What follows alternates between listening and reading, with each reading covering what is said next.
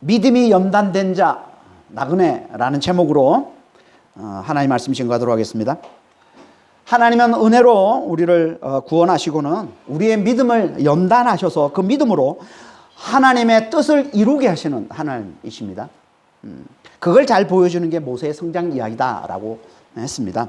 하나님은 모세를 갈대 상자에 담아서 구원해 주시고는 40년간 애굽의 왕자로 살며 애굽의 모든 지혜를 배워 모든 말과 일에 능한 자가 되게 해주셨다라고 했습니다. 그리고는 그가 나이 40이 됐을 때 그는 자기 형제를 돌볼 생각을 하고는 그가 가진 모든 지혜와 능력으로 하나님의 백성을 구원하는 일, 곧 하나님의 뜻을 이루는 일에 이제 뛰어듭니다.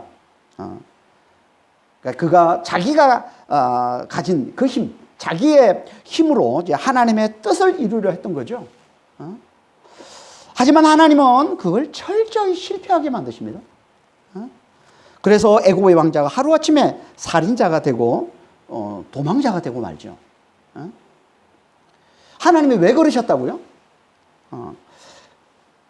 그건 하나님을 믿는다면서 자기 힘으로 하나님의 뜻을 이루려는 건 하나님을 제대로 믿는 게 아니기 때문이다 라고 했습니다.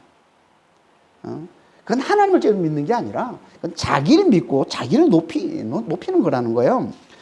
그래서 그 수고와 그 열심을 알아주지 않으면 하나님이라도 적각 원망하고 대적하는 자가 되고 말기 때문에 그런 거라는. 이게 자기 힘으로 하나님의 뜻을 이루려 하는 거라는 거예요. 그러니까 이건 하나님을 제대로 믿는 게 아니라는 거예요. 이걸 성경에서 뭐라고 한다고요? 율법이라고 합니다. 율법. 그러니까 율법은 자기 힘으로 하나님의 뜻을 이루어 복을 받으려 하는 거, 이게 율법인 겁니다. 그러니까 믿는 자든 믿지 않는 자든 인간은 다 원래 율법 아래 있는 자들입니다. 율법 아래. 다 자기 힘으로 하나님의 뜻을 이루어 복을 받으려 하는 거예요. 모든 인간들은. 그래서 다들 그렇게 열심히 착하게 살려고 하고 의롭게 살려고 하고 또 양심적으로 아주 깨끗하게 살려고 하지 않습니까? 다들 다. 이게 율법인 거예요. 그래서 로마서 2장 14절 15절에 이렇게 말씀하고 있습니다. 율법 없는 이방인이 본성으로 율법의 일을 행할 때는 이 사람이 율법이 없어도 자기가 자기에게 율법이 되나니 이런 이들은 그 양심이 증거가 되어서 그 생각들이 서로 혹은 고발하여 혹은 변명하여 그 마음에 새긴 율법의 행위를 나타내느니라. 한마디로 율법이 없는 사람들에게는 양심이 곧 율법이라는 거예요. 그러니까 우리 다 율법 아래 사는 자들인 거예요. 다 자기 힘으로 철저히 양심적으로 깨끗한 삶을 살려고 하고 다 어렵게 살려고 하고 착하게 살려고 하고 그러면서 하나님의 뜻을 이루려고 하는 거예요. 하나님의 뜻의 핵심이 뭐예요? 그게 사랑이잖아요. 사랑. 그래서 사랑을 뭐라고? 율법의 완성이라고 하는 거예요. 하나님의 최고의 계명, 하나님의 뜻이죠. 하나님의 뜻의 핵심. 이게 사랑이라는 거예요. 이 사랑을 우리 힘으로 다 이루려 애쓰면서 살아가고 있지 않습니까? 우리는 다. 근데 이게 잘 됩니까? 잘 안 되죠. 다 안 되지 않습니까? 아무리 애를 써도, 아무리 양심적으로 깨끗한 삶을 살려고 하고, 아무리 의롭고, 아무리 착하게 살려고 해도, 아무리 하나님께서 핵심인 이 사랑, 온전히 사랑을 베풀며, 사랑을 행하며 살려고 하는데도 안 되지 않습니까? 우리는 다. 그래서 성경에서 뭐라고 그래요? 의인은 없나니 하나도 없다고 그러는 거예요. 왜 이게 안 될까요? 왜? 그렇게 우리가 애를 썼는데 모두가 다 이걸 원하고 이걸 열심히 하는데도 왜 안 됩니까? 우리에게는요, 원천적으로 그럴 힘이 없기 때문에 그런 거예요. 그걸 성경에서 이렇게 말씀하고 있는 거예요. 로마서 8장 3절 4절에 율법이 육신으로 말미암아 연약하여 할 수 없는 그것을 하나님이 하시나니 곧 죄로 말미암아 자기 아들을 죄 있는 육신의 모양으로 보내어 육신의 죄를 정하사 육신을 따르지 않고 그 영을 따라 행하는 우리에게 율법의 요구가 이루어지게 하려 하심이라. 우리는 육신이 연약해서 율법의 요구를 이룰 수가 없다는 거예요. 아무리 양심적으로 깨끗하게 살려고 하고 아무리 의롭게 살려고 하고 아무리 온전히 사랑하며 살려고 해도 우리는 그렇게 살 수가 없다는 거예요. 이게 율법의 요구잖아요. 이게 양심의 요구잖아요. 그걸 살아낼 수가 없다는 거예요. 우리는 육신이 연약해서. 그걸 오직 하나님만이 하실 수 있다는 거예요. 그래서 하나님이 예수를 보내셔서 그분의 십자가의 죽음을 통해서 우리의 죄를 멸하시고 부활을 통해서 우리를 의롭게 하셔서 우리 안에 하나님의 사랑과 능력이신 성령을 부어주셔서 그 성령의 능력으로 율법의 요구를 이루게 하신다고 말씀하고 있는 거예요.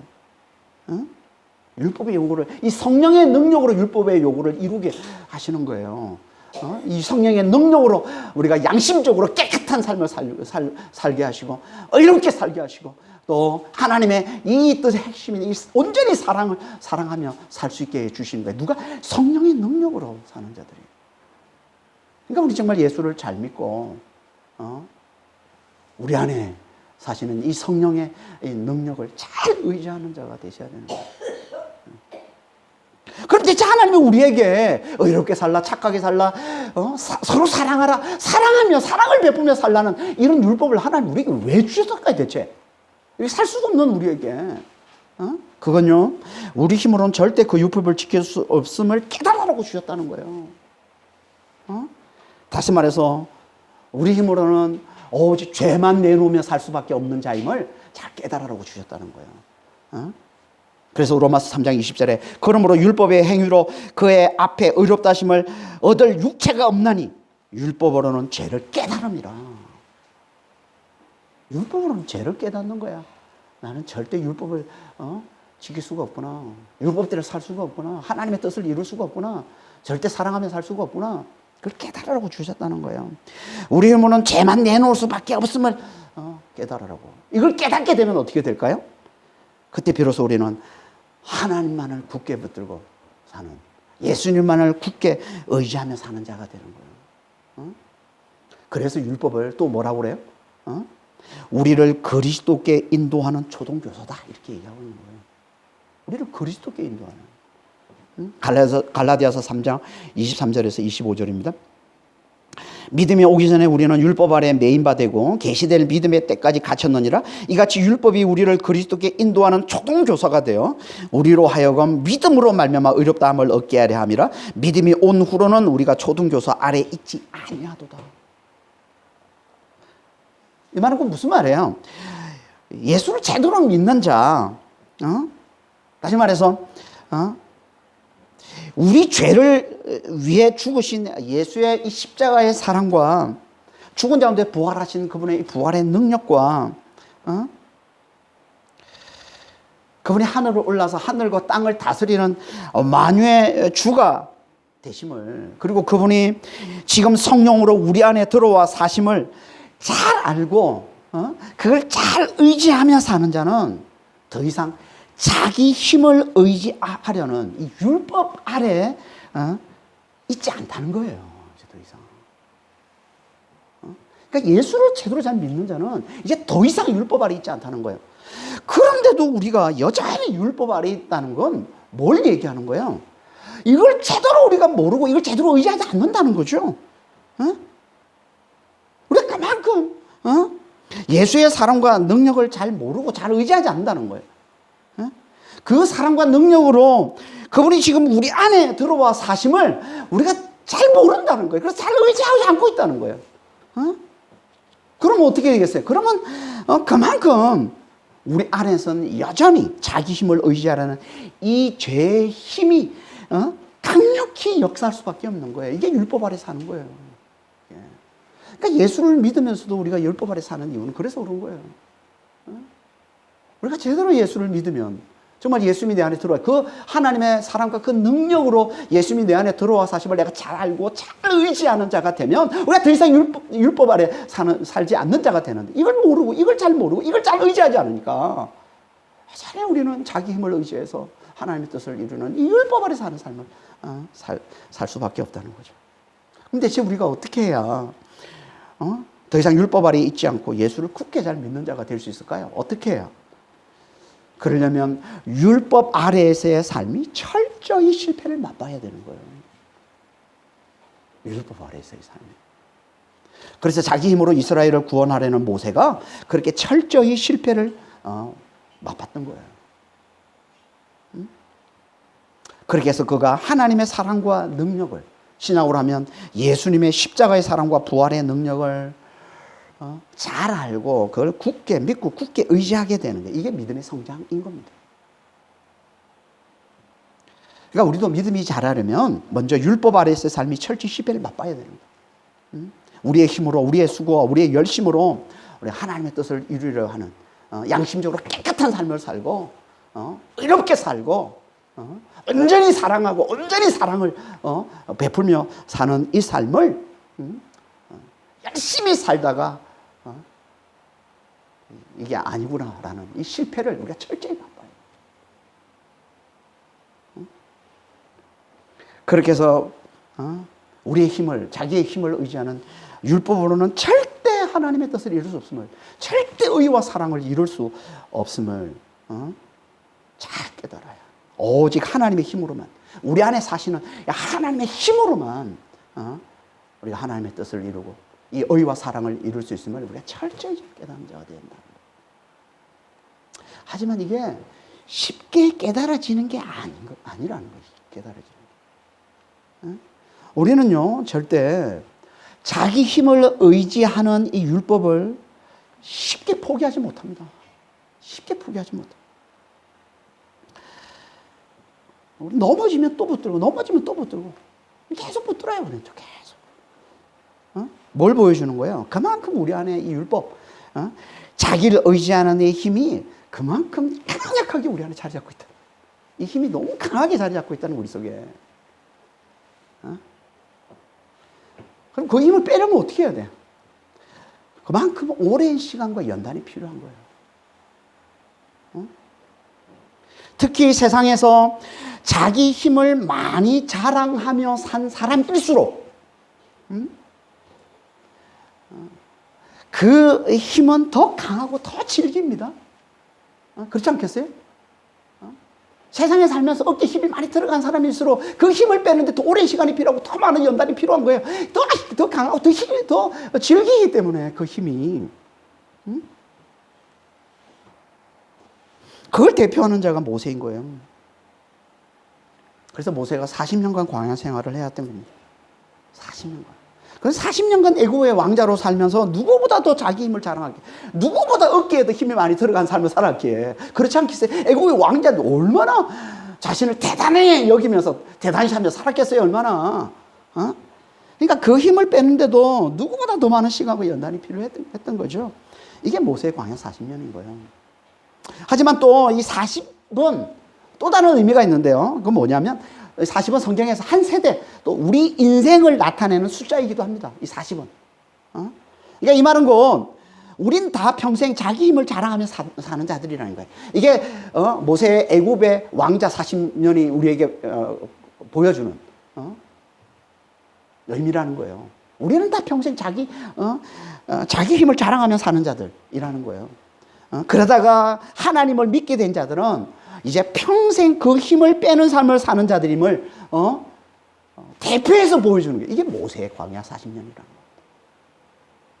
하나님을 믿는 자들은 평생 뭐예요? 그 힘을 빼는 자들이. 그래서 모세가 40년을 광야에서 보내요. 한 세대, 인생을 의미하는 이 40년. 그러니까 우리도 우리 인생 내내 우리는 우리에게 들어가 있는, 우리 어깨에 들어가 있는 이 힘을 빼는 일을 하는 거예요. 이게 우리의 인생이라는 거예요. 하나님 믿는 자의 인생이라는 겁니다. 그러니까 오늘 본문은 믿음의 성장에서 가장 중요한 자기 힘을 철저히 빼는, 다시 말해서 자신의 무력함을 철저히 깨닫는, 그래서 그 자리에 지금 우리와 함께 하시는 하나님의 사랑과 능력을 잘 알고 그 사랑과 능력을 굳게 의지하는 믿음으로 가득 채우는 믿음의 연단을 말하는 광야 생활에 관한 말씀이 오늘 본문 말씀인 거예요. 그래서 오늘 본문이 이렇게 말씀을 시작하는 겁니다. 16절, 17절입니다. 미디안 제사장에게 7딸이 있었더니 그들이 와서 물을 길어 구유에 채우고 그들의 아버지의 양떼에게 먹이려 하는데 목자들이 와서 그들을 쫓는지라 모세가 일어나 그들을 도와 그 양떼에게 먹이니라. 원래는 15절 후반절부터 시작되는 거예요. 후반절에 보면 모세가 바로의 낯을 피해서 미디안 땅에 머물며 하루는 우물 곁에 앉았더라. 여기서부터 시작되는 겁니다. 미디안은 이제 팔레스타인 땅, 지금은 이스라엘이죠. 이스라엘 남쪽에 네게브 사막입니다. 넓은 사막이 펼쳐져 있습니다. 그 사막의 남부 쪽과 그리고 시내 반도, 그 밑이 이제 시내 반도잖아요. 소위 그래서 우리가 시내산이라고 부르는데 그 시나이 반도라고 그러죠. 시나이 반도 북부와 그리고 그 동쪽에 아라비아 반도가 있습니다. 지금 사우디아라비아가 있는 아라비아 반도. 그 아라비아 반도의 북서부 이 넓은 땅에 위치하고 있는 유목민족이 미디안인 거예요. 이 얇은 땅에 흩어져 살고 있는 유목민족으로 흩어져 살고 있는 사람들. 이들이 미디안 족속인 겁니다. 이들은 어떻게 보면 이스라엘과 먼지적벌이 되는 민족이에요. 미디안의 성경에 제일 먼저 어디서 나옵니까? 창세기 25장에 나오죠. 사라가 죽은 후에 아브라함이 둘째 부인을 얻는데 그 두라를 얻은 다음에 낳은 자손 중에 하나가 미디안인 겁니다. 그러니까 이스라엘과는 먼지적벌이 된다고 할 수 있는 거죠. 그러니까 모세는 지금 애굽에서 도망쳐서 이제 미디안 땅으로 가는데 그 아라비아 반도 북서부 쪽에 아카바만이라고 하는 그 북서부 쪽에 이제 가게 되는데, 그러니까 거기서 도망쳐서 빨리 가려면 북쪽으로 갈 수 있는, 그건 이제 애굽의 요새들이 진치고 있으니까 못 가고, 동쪽으로 가면 거기는 오아시스가 없어요. 살 수가 없어요. 가다가 죽을 수 있기 때문에 못 가고, 청상 갈 수 있는 곳은 그 시내 반도 남동쪽으로, 그러니까 홍해를 끼고 가는 남동쪽으로 해서 쭉 가서 다시 북쪽으로 올라가는 그래서 아라비아 반도 북서부 쪽에 미디안 족속이 살고 있는 그쪽으로 이제 도망쳤다고 볼 수 있는데요. 이 길이 이제 나중에 모세가 이스라엘 백성을 이끌고 출애굽하는 이제 여정 루트가 되는 길이 되는 거죠, 이 길이. 그렇게 해서 이제 미디안 족속이 있는 곳까지 와서 이제 우물가에 앉았다라고 얘기를 하고 있습니다. 우물은요, 당시 우물은 마을 입구, 그 도시나 그 마을의 입구에 위치해 있어서 뭐 여행으로 지친 사람들이 목을 축이며 쉬거나 또 마을 사람들을 만날 수 있는 가장 어떻게 보면 너무나 중요한 만남의 장소였던 거예요. 이게 우물이에요. 그래서 성경에 보면 항상 우물에서 중요한 만남들이 이루어지는 거예요. 아브라함의 종 엘리에셀이 이제 이삭의 아내를 구하러 가서 이제 이삭의 아내를 리브가를 어디서 만납니까? 우물에서 만나죠. 창세기 24장에 보면 이제 우물에서 리브가를 만납니다. 그리고 야곱도 도망쳐서 이제 하란 땅으로 가서 이제 라헬을 만나는데 어디서 만나요? 우물에서 만나요. 그런 것처럼 모세도 이제 우물에 와서 앉아 있을 때 누굴 만납니까? 미디안의 제사장들의 딸들을 만나죠. 그 안에 이제 나중에 모세 아내가 되는 이제 십보라가 있었던 겁니다. 미디안의 제사장. 미디안의 제사장은 미디안 사람들이 섬기는 신들이 있었는데 그 신을 섬기는 제사장을 말하는 겁니다. 그러니까 당시에는 각 나라마다 섬기는 신들이 있었어요. 그리고 그 신들을 섬기는 제사장들이 있었던 겁니다. 이 미디안 제사장이요. 그 한 제사장. 이름이 이제 밑에 보면 18절에 보면 르우엘이라고 돼 있고, 르우엘. 또 다른 데서는 이드로라고도 합니다. 그러니까 두 이름으로 쓰이고 있는데, 이제 그 제사장의 7딸이 지금 이제 양들에게 물을 먹이기 위해서 이제 우물가에 왔다는 거예요. 양들에게 물을 먹이는, 우물에 가서 양들에게 물을 먹이는 일은 남자들이 주로 하는 건데, 이제 제사장에 이제 아들이 없었기 때문에 이제 딸들이 와서 이제 일을 하는 거죠. 하지만 이런 여자들에게는 험한 일입니다. 왜냐하면 당시는요, 이 강한 자가 약한 자를 억압하는 폭력이 난무하는 시대였기 때문에. 요즘처럼 뭐 법제도가 잘 돼 있거나 뭐 치안이 뭐 이러지 않잖아요. 당시에는 진짜 이 약육강식에 이 폭력이 난무하던 시대예요. 당연히 힘이 없는 여자들은 괴롭힘 당하기, 억압당하기가 일쑤였겠죠. 그래서 오늘 본문에서도 제사장 딸들이 열심히 물을 길러서 이제 양들에게 물을 먹이라는 그 찰나에 누가 나타나는 거예요? 악당들이 나타나는 거예요. 남자의 목자들이 나타나서 가라! 라고 쫓아내는 그런 일이 벌어지는 거죠. 강한 자가 약한 자를 억압하는 그런 세상의 약육강식의 모습을 보여주고 있는 것이죠. 그때 모세가 그걸 보고는 이제 일어나서 그 딸들을 도와서 그 목자들을 쫓아내고 그 양들에게 물을 먹여줬다라고 얘기를 하고 있습니다. 모세의 선함을 잘 보여주고 있는 거예요. 모세는 앞에서도 2번씩이나 약한 자들을 도와주는 선한 일을 행했지 않습니까? 그렇죠? 애굽 사람을 쳐서 약한 히브리인을 괴롭히는 애굽 사람 쳐서 죽이기도 하고, 또 히브리인 두 사람이 싸울 때도 또 약한 자의 편을 들어서 또 강한 자를 나무란, 약한 자를 돕는 일을 했는데, 여기서 또다시 약한 자들인 이 딸들을, 이 여자들을 도와주는 일을 하고 있는 걸 보여주고 있습니다. 그러니까 어떻게 보면 이걸 반복해서 지금 말씀하고 있어요. 약한 자들을 도와주는 모세의 이 선함을 반복해서 보여주고 있어요. 뭘 얘기하는 걸까요? 이게 하나님의 선하심임을 말씀하고 있는 것이고, 하나님을 믿는 자들에게 하나님이 바라시는 선함도 이것이라는 것을 강조해서 우리에게 보여주고 있는 거예요. 모세의 선함을 통해서.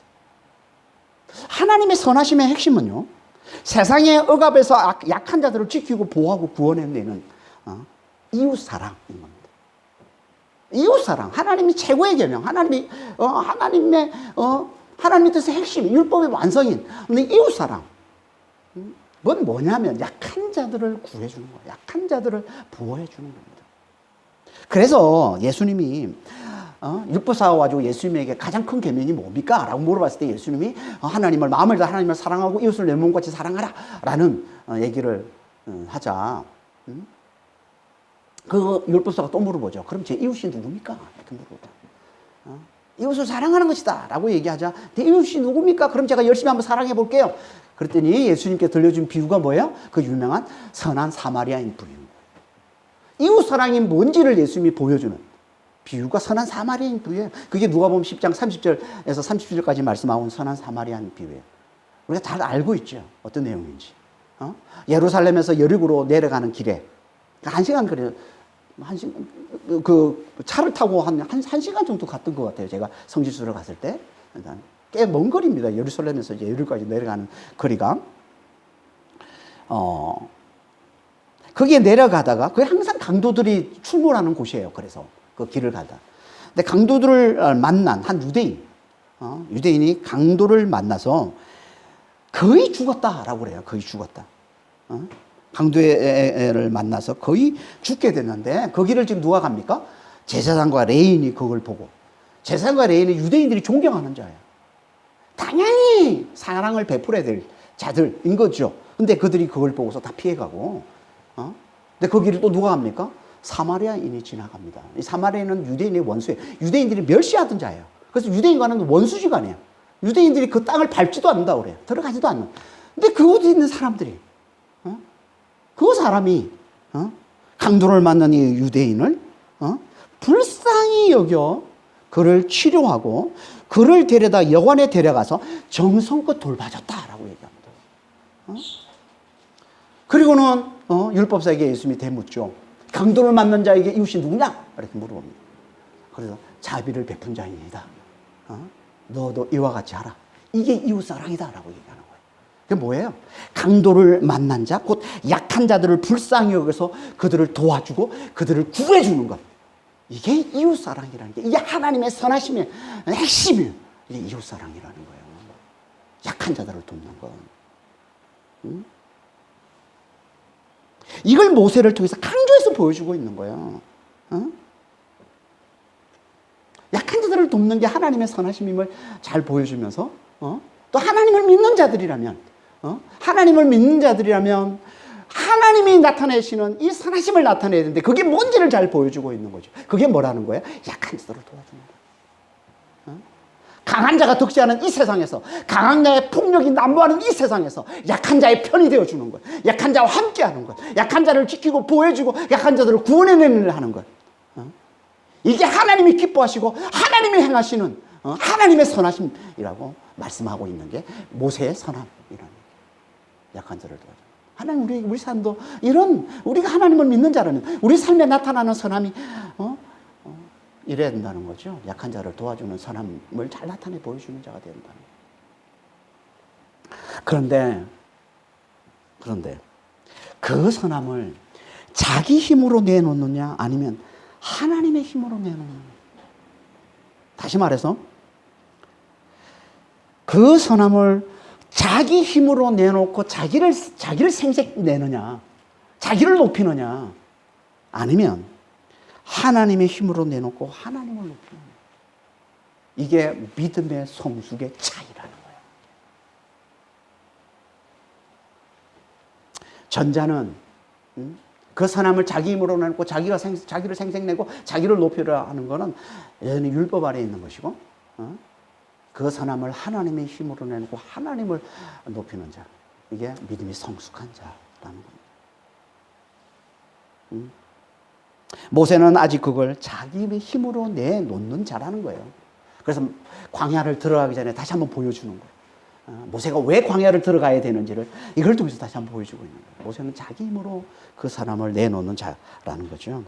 그래서 하나님께서 그에게서 그 힘을 빼기 위해 그를 광야로 이끄신다는 겁니다.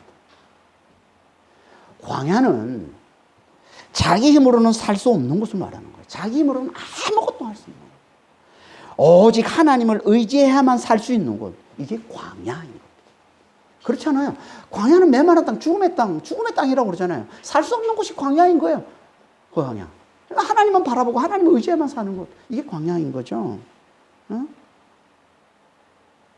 그래서 우리 믿음을 연단하기에 가장 좋은 장소, 이게 광야예요. 하나님을 바라보고 하나님만을 의지하는 이 믿음인데, 이 믿음을 연단하는 가장 좋은. 그래서 하나님께서 우리의 믿음을 연단하시기 위해 우리를 광야로 인도해 가시는 겁니다. 지금도 하나님은 우리의 믿음을 연단하기 위해 우리 힘으로는 살 수 없는, 우리 힘으로는 아무것도 할 수 없는, 우리의 무력함을 철저히 깨닫는 광야로 우리를 내모시는 겁니다. 그러니까 지금 우리가 많은 환난과 실패를 통해 우리의 무력함을 철저히 깨닫고 있다면 우리는 지금 하나님이 우리의 믿음을 연단하시는 광야를 지나고 있다고 여기시면 됩니다. 지금 우리는 광야를 지나고 있어요. 우리 교회가 지금 광야를 지나고 있잖아요. 이런 광야를 지나고 있는 거예요. 그렇죠? 정말 우리 힘으로 아무것도 할 수 없음을 철저히 깨닫게 해주시는 그잖아요. 지금 이 모습이, 우리의 모습이. 이게 광야잖아요. 하나님을 의지하는, 하나님이 힘 주시지 않으면 아무것도 할 수 없는, 살 수 없는, 사람들이 깜짝깜짝 놀랄 그런 모습 아니에요? 우리 교회의 모습을 보면 지금 너무 연약한 우리 교회 모습. 이거는 광야를 지나고 있는 거예요. 그러니까 우리는 이곳에서 우리 힘을 빼고 우리 안에 계신 하나님의 힘을 의지하는 법을 잘 배우면 되는 거예요. 하나님 우리의 믿음을 연단하기 위해서 우리 이끄신 곳이 광야이기 때문에 우리는 여기서 우리의 믿음을 잘 연단받으면 되는 거예요. 그 믿음을 연단받는 게 뭐라고요? 우리의 힘을 빼는 거예요. 우리 어깨에 들어가는 힘을 빼는 거예요. 아직도 남아있는 힘을 하나님이 다 빼시는 거예요. 그리고 우리 안에 계신 하나님의 힘을 철저히 의지하는 자, 철저히 의지하는 법을 배우게 하시는 거예요. 이 광야에서. 그러면 반드시 하나님께서 우리의 믿음을 연단해 내셔서 우리가 구원을 누리면서, 하나님의 주신 구원을 우리가 누리면서 또 다른 사람을 구원해내는, 이게 진짜 기쁨인데, 이게 최고의 기쁨이 이거예요. 구원을 누리면서 또 다른 누군가를 구원해내는 이 놀라운 기쁨을 누리게 해주시는 겁니다. 믿음을 연단받은 자에게.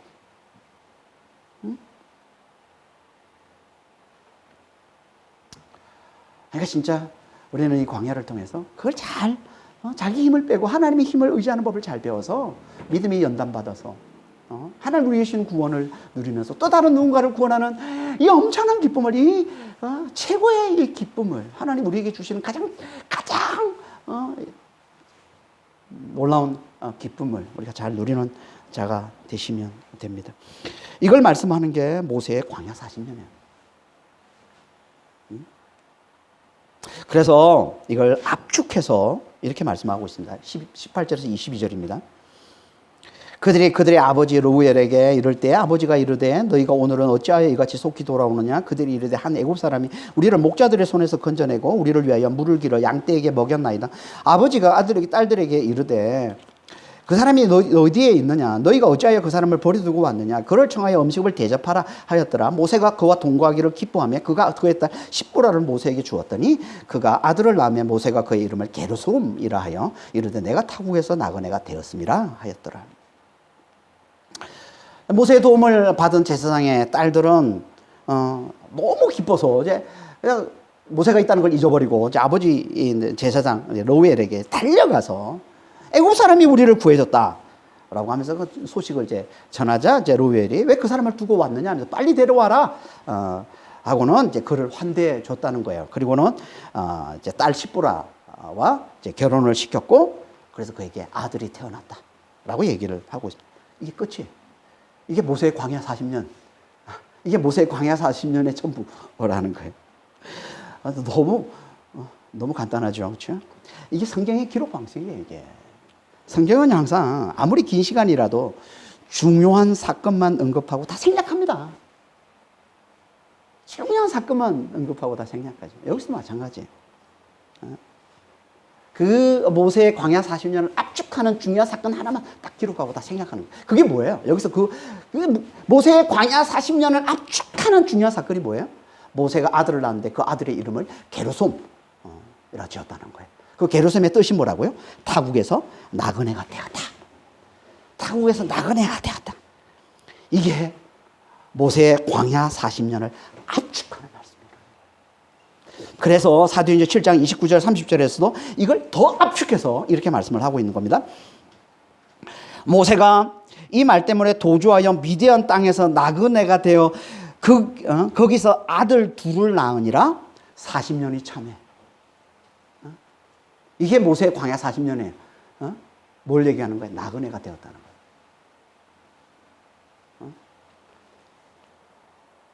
그러니까 모세의 광야 40년을 압축하면 그가 타국에서 나그네가 되었음을 깨달았다는 거예요.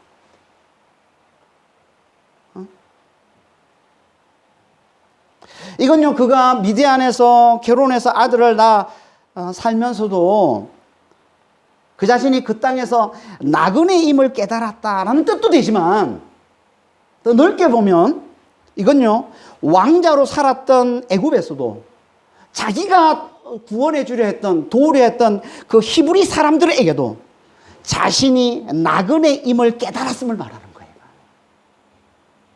타국에서 나그네가 되었다.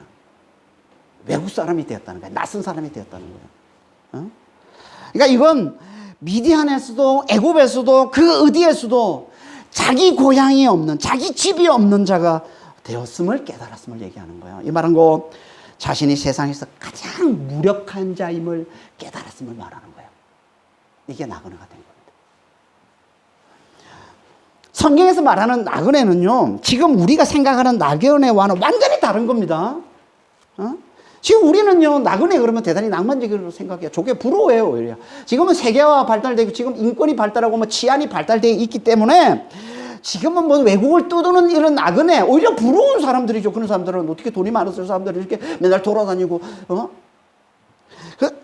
낭만적으로 생각하지만, 고대는 전혀 아니었습니다. 고대는요, 외국에서 산다는 걸 상상을 못 합니다. 고대에서는요, 자기 마을을 벗어나는 걸 상상을 못 했어요. 그건 뭐 죽음이라고 여겼습니다.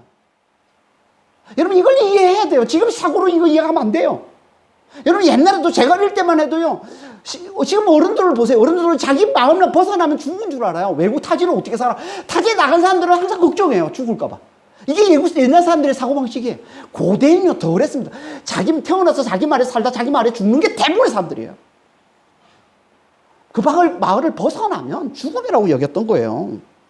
철저한 공동체 사회였던 거예요. 공동체 안에 있어야만 보호받을 수 있는 철저한 공동체 사회였기 때문에 이 공동체 밖에 이 나그네는요, 강도를 당해도 전혀 보호받을 수 없는,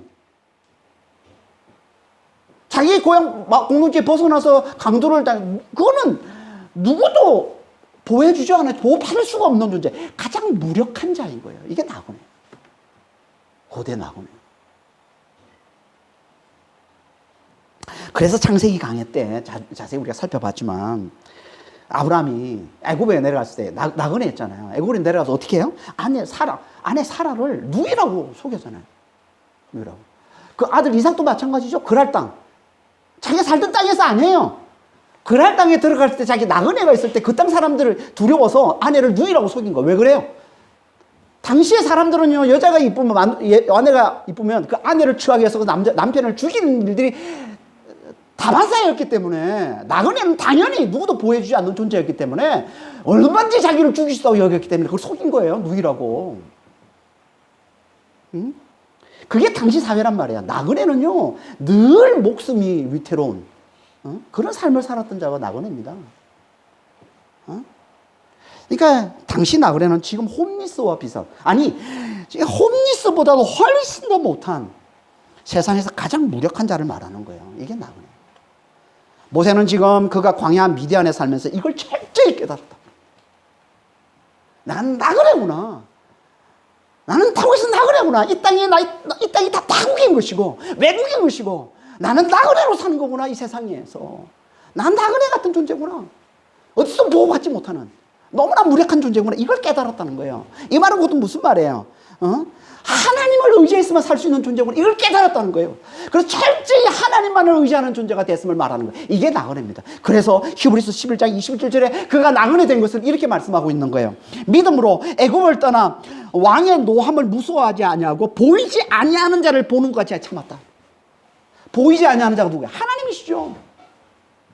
하나님만을 보이는 것 같이 굳게 붙들고 살았다고 얘기하고 있는데 이게 그의 나그네 된 삶이라는 거예요. 미디안에서의 나그네 된 삶.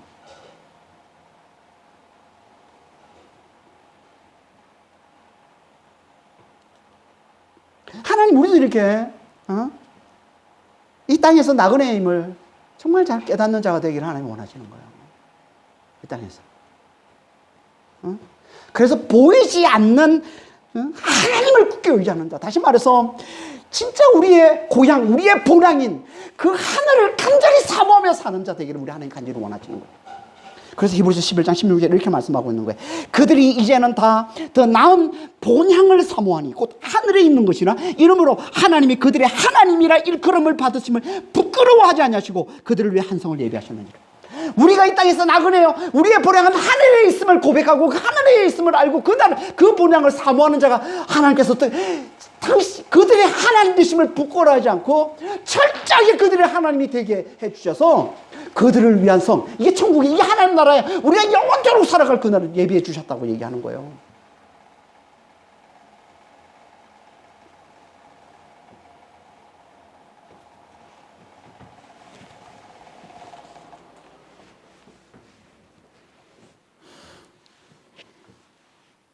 이게 이 땅에서 나그네 산 삶을 사는 겁니다. 그러니까 이건 자신의 무력함을 철저히 깨달은 자, 곧 자기 힘을 다 빼고 자기 어깨에 들어가 있는 그 힘을 다 빼고 보이지 않는 하나님을 굳게 의지하는 자가 됐음을 말씀하고 있는 겁니다. 이게 나그네. 자기가 나그네임을 깨달은 자라는 겁니다. 이게 믿음이 연단된 자라는 거예요. 광야에서 믿음이 연단된 자. 하나님은 이렇게 믿음이 연단된 자를 들어서 당신의 뜻을 이루어 가시는 거예요. 그래서 모세가 자신의 무력함을 철저히 깨닫고 자신의 나그네됨을 철저히 깨닫고 하나님만을 굳게 의지하는 자가 되자 이제 비로소 하나님께서 그를 들어 이스라엘을 구원하는 일을 시작하시는 겁니다. 그걸 말씀하고 있는 게 23절 이하의 말씀이에요. 23절부터 길게 이제 하나님께서 구원하는 일을 이제 행하게 되죠. 그 시작이 이제 23절부터 25절까지 말씀이에요. 23절 25절 한번 보겠습니다. 여러 해 후에 애굽 왕은 죽었고 이스라엘 자손은 고된 노동으로 말미암아 탄식하며 부르짖으니 그 고된 노동으로 말미암아 부르짖는 소리가 하나님께 상달된지라 하나님이 그들의 고통 소리를 들으시고 하나님이 아브라함과 이삭과 야곱에게 세운 그의 언약을 기억하사 하나님이 이스라엘 자손을 돌보셨고 하나님이 그들을 기억하셨더라. 여러 해는 거의 40년이 지난 때를 말하는데요. 그때 애굽 왕이 죽었다. 여기서 말하는 애굽 왕은요, 전통적인 견해로 말하면 투트모스 3세를 말합니다. 투트모스 3세가 이제 1448년에 죽습니다. 그리고 1446년에 이제 출애굽이 이루어지죠. 그래서 이제 투트모스 3세를 말하는데요. 그리고 이 투트모스 3세가 다스릴 때, 그가 통치하고 있을 때가 이스라엘이 가장 극심하게 고난을 당할 때. 그때. 그 왕이 죽었다는 거예요. 뭘 의미하는 걸까요? 그 왕이 죽었다는 건 이제 이스라엘의 고난이 끝나고 하나님의 통치가 시작됨을 암시해, 하나님의 구원이 시작됨을 암시해 주고 있는 거예요. 이게 애굽 왕이 죽었다는 거예요. 그래서 그때 이스라엘이 고된 노동으로 인해 하나님께 부르짖었고 그 부르짖음이 하나님께 상달됐다라고 얘기하고, 상달됐다라는 이 말은요, 하나님 그걸 들으시고 이제 응답하심을 말하는 거예요. 그걸 들으시고 이제 하나님이 응답하신다는 거죠. 그래서 하나님이 그들의 고통을 들으시고 하나님이 아브라함과 이삭과 야곱과 맺은 언약을 기억하셨다 이렇게 얘기해요. 기억은 우리가 생각하는 기억, 뭐 잊어버리고 있다가 생각나는 이걸 얘기하는 게 아니에요. 성경에서 하나님의 기억은 그런 의미가 아니에요. 성경에서 하나님의 기억은 항상 행동을 말하는 겁니다. 행동을. 그래서 항상 구원과 직결되는 거예요. 하나님의 기억은 구원과 직결되는 거예요. 창세기 8장 1절에 보면 이제 홍수로 세상을 멸하시고 이제 노아의 방주만, 온 땅에 이제 다 모든 생물을 다 죽고 노아의 방주만 있을 때 이제 하나님께서 노아를 구원해 주시는데 8장 1절부터 이제 구원을 시작하시는데 8장 1절에 뭐라고 얘기하냐면 하나님께서 노아와 그 가족들과 그 생물들과 방주를 기억하사 온 땅에 바람이 불게 해서 물이 줄어들게 하셨다 이렇게 말씀하고 있습니다. 그러니까 하나님이 기억하시면 행동하시는 거예요. 그래서 구원해 내시는 거예요. 이게 기억, 이 하나님의 기억이에요. 그러니까 하나님의 기억은요, 행동과 직결되는 거예요. 구원하는 행동과 직결되는 거예요. 그런데 하나님이 뭘 기억하셨다고 합니까? 아브라함과 이삭과 야곱과 맺은 언약을 기억하셨다라고 얘기합니다. 아브라함과 맺은 언약이 뭐예요? 창세기 15장 13절, 14절, 18절에 이렇게 말씀하고 있습니다. 여호와께서 아브라함에게 이르시되 너는 반드시 알라. 네 자손이 이방에서 깨게 되어 그들을 섬기게 하고 그들은 400년 동안 네 자손을 괴롭히리니 그들이 섬기는 나라를 내가 징벌할지며 그 후에 너의 자손이 큰 재물을 일끌고 나오리라. 18절. 그날에 여호와께서 아브라함과 더불어 언약을 세워 이르시되 내가 이 땅을 애굽 강에서부터 그 큰 강 유브라데까지 너의 자손에게 주리라. 이게 하나님의 언약이에요. 하나님이 이 언약을 기억하시고 이스라엘을 구원하는 행동을 시작하셨다는 거예요. 아브라함의 자손 이스라엘을 구원하는 행동을 시작하셨다는 거예요. 그러니까 하나님이 이스라엘을 구원하는 건요, 한마디로 뭐예요? 언약 때문에요. 하나님이 아브라함과 맺은 언약, 아브라함의 후손들을 위한 언약, 이 언약 때문에 하나님 그들을 구원하신 거죠. 그들이 이 언약 안에 있기 때문에. 하나님 그걸 기억하시고 그 언약을 기억하시고 그들을 구원해 주신다는 겁니다. 우리도 마찬가지입니다. 하나님이 우리를 구원하시는 건요, 우리에게 주신 언약 때문에, 우리가 언약 안에 있기 때문에요. 하나님 우리에게 주신 언약이 뭐예요? 그게 성경이잖아요. 성경을 다른 말로 뭐라고 그래요? 신약, 구약, 신구약. 하나님의 옛 언약, 하나님의 새 언약이에요. 이 성경이 하나님의 언약이에요. 옛 언약, 새 언약이야. 여러분, 옛 언약이 뭐예요? 예수님이 오시기 전에 우리에게 예수님을 통해 구원을 약속해 주신 거, 이게 옛 언약이에요.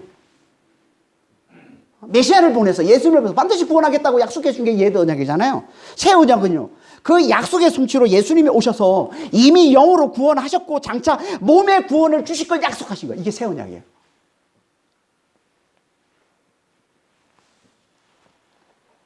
그러니까 언약은 예수를 믿는 자에게 구원을 주심을 말하는 거예요. 예수님의 이 십자가와 이 부활을 믿는 자에게 이미 영의 구원을 주셨고 장차 몸의 구원을 주심을 말씀하고 있는 거예요. 이게 하나님의 언약인 겁니다. 그러니까 우리가 예수를 굳게 믿고 있는 거예요.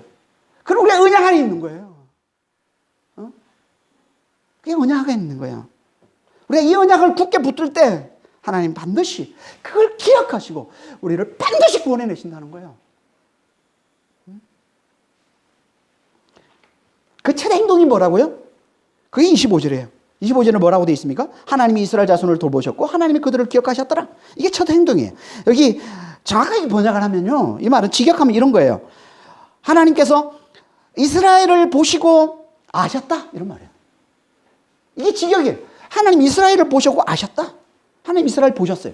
하나님이 기억하시고 이제 구원하시는 행동을 하시는데 그게 하나님 이스라엘 보신 것이고 그리고 아시는 거예요. 알다라는 말은, 야다라는 말은, 성경에서 야다라는 말은 친밀하게 아는 걸 말하는 거예요. 체험적으로 아는 걸 말하는 거예요. 이 말은 뭐 다른 말로 하면 이거예요. 이스라엘의 고통을 하나님이 이스라엘의 그 고통을 당신도 함께 고통으로 여기고 아파하셨다는 거예요. 체험적으로 아는 거예요. 이스라엘과 함께 아파하심을 말하는 거예요. 하나님이 이스라엘의 고통을 보시고 그들과 함께 아파하셨다는 거예요. 이게 하나님이 구원을 베푸시는 첫 행동인 겁니다.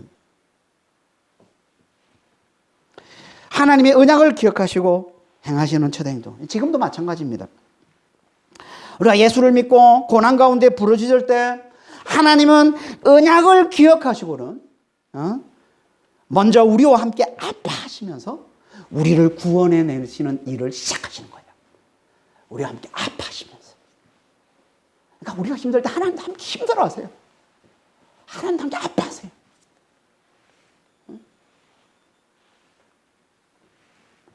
그런데 누구를 들어서 구원하신다고요?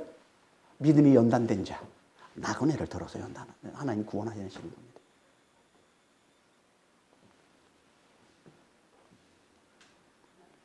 광야에서 믿음을 연단받아서 자신의 무력함을 철저히 깨닫고 하나님의 힘을 의지하는 법을 잘 배운 자. 그래서 늘 하나님을 잘 의지하는 자.